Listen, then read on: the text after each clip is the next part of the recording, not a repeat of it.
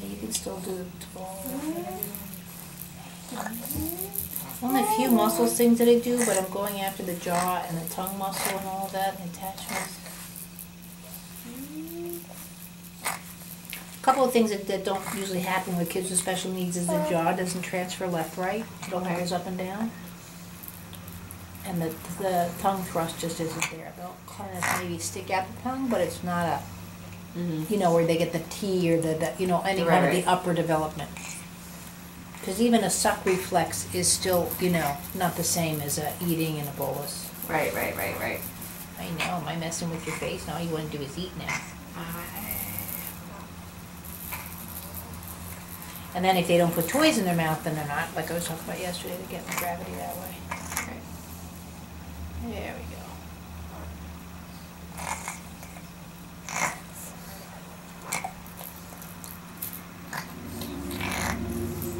And the face is quite interesting too, because as you know, the skull houses the brain, but the face is actually the only part where the bone structure hangs off of a, you know, in front. So, and you get the 3D, like the nasal cavities and your little sockets and all of that. Right. And,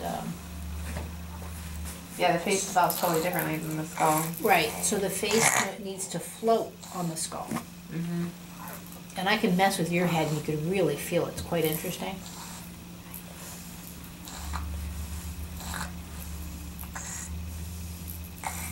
Ready?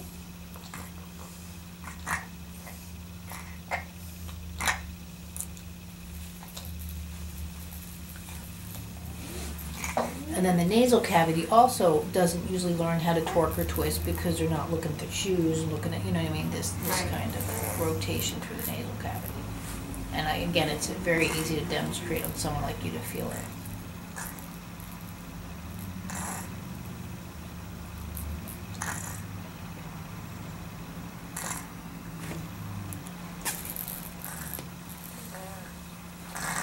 But you'd be surprised, like right now, if you just looked around and now stabilize and tighten the lower jaw and try and look around again, how much that messes with eye function. Just with your eyes or your whole head? Yeah, just whatever. With your whole head or whatever, your eyes look around, relax jaw. And now do either like a clench, but more so keeping the stabilized, and now try and do it. See the difference? Mm-hmm. Yeah, just based off.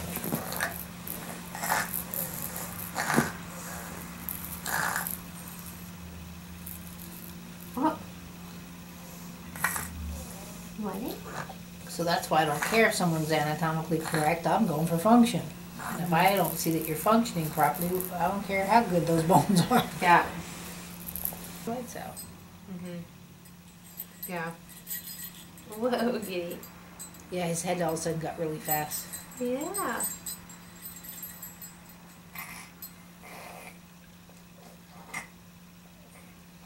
That's it. Get a nice neck. That's it. There you go.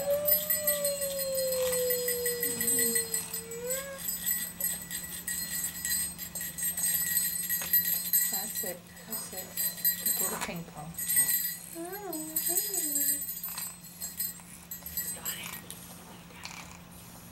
You want it?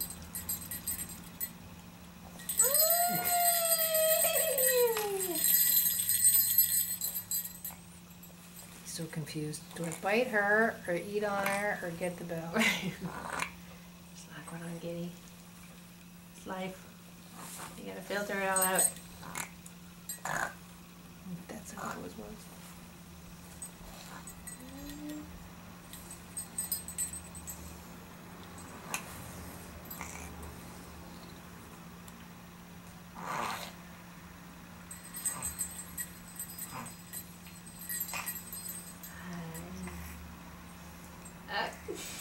I see you trying to do that.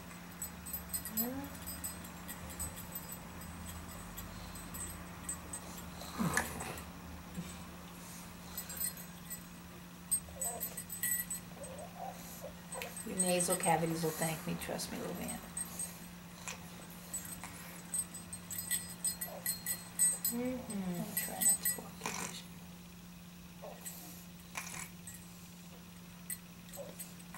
think because by having the smaller head size and all that, the way the face hangs off of the skull will be different. I mean, you can see it most obviously with down just by the push in, drops the jaw.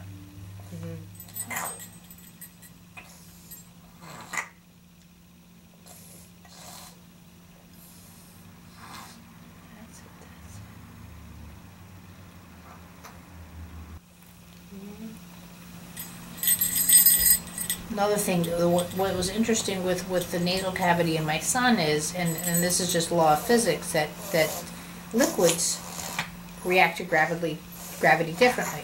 So if you have normal mucus patterns, your head is going to react or oppose gravity differently than someone that's got, severe pancreatitis and the maxillaries and the epinoid. That's why when you have the flu, you can't drive a car. It's not because you're contagious, it's because your brain doesn't know how to get that head off the ground. Right. So again, if I have a child that's nasal cavities, and again, they might say, oh, who cares there's a deviated septum? Oh, who cares if there's, that they're underdeveloped? But if that mucus can't flow properly, what does that do with that person's relationship with gravity? It'd be like trying to go to the bathroom at it, Like if your urethra was like half the size, it wouldn't be, Right. But,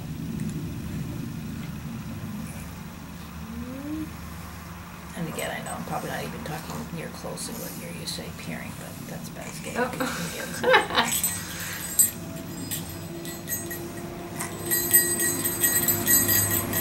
Yeah, I know you're going after me now. Don't. I got that tooth coming in. I'm going after that palate. I'm not going all the way in there. I hope you don't mind me sticking my fingers in his mouth. He's very happy.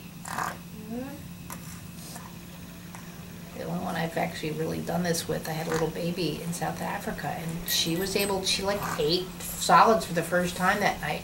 My husband hates hearing these stories because he's like, thing one, thing two, you haven't fixed their eating issues. And, but I have gone in to work on Graham's palate. Yeah, I know.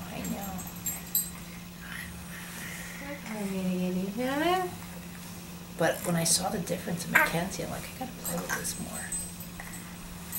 Do they mind that you do this to them? The kids? I wouldn't do it because of teeth. Like, Giddy, if he was in this condition with teeth, forget I'd get killed. You'd be killed. But so that I can work on the rotation of the head cavity through his palate. Now, I'm not going in doing true cranial work where they'd actually go in and do the whole palate thing. But see already, look at how much he's just really mouthing. Yeah.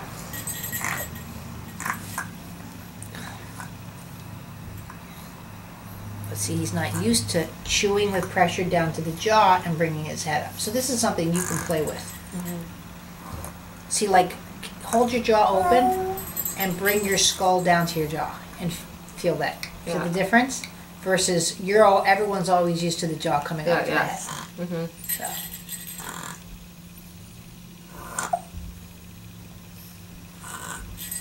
I've stuck my finger into an alligator pit. You're chomping. Yeah. You get it? He's like, Michelle, I'm working on those. There we go. That's it. That's what I was looking for. See how he's connected through the spine? Yeah. Good job, kitty. But you should be able to clench your jaw and still have movement. Where most people clench and then everything else starts. Right. That's postal. If you look at someone that's a mass shooter on all this, I'm telling you, you're going to see a jawline that's just, they look like Frankenstein in the mugshot. Sorry, I took your chew toy away. Oh, boy. You see his fingers now. You gotta get something else in there.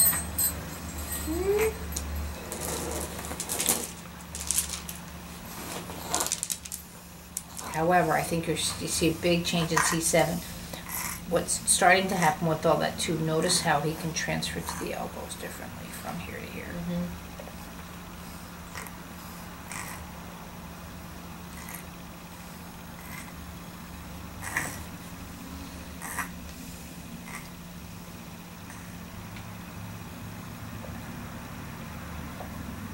That's it. Want it? There you go. Yeah, you can tilt your head up and look. It's a good one. Good kitty. Good, good. Good. Yeah. Yeah.